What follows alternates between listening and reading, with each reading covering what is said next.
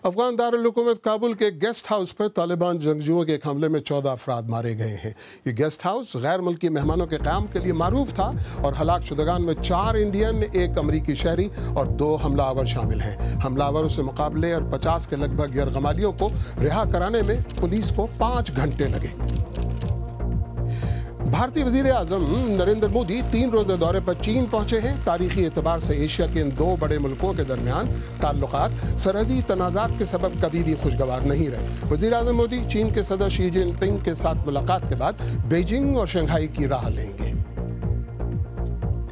अमरीकी ऐवान नुमाइंदगान ने national security agency की जानिब से लाखों अमरीकियों की टेलीफोन कॉल्स को रिकॉर्ड जमा करने का प्रोग्राम खत्म करने का कानून भारी अक्सरियत से मंजूर किया है। अब सिक्योरिटी इदारे सिर्फ अदालत की इजाजत से ही दहशतगर्दी के शुबे की बुनियाद पर किसी की निगरानी कर सकेंगे।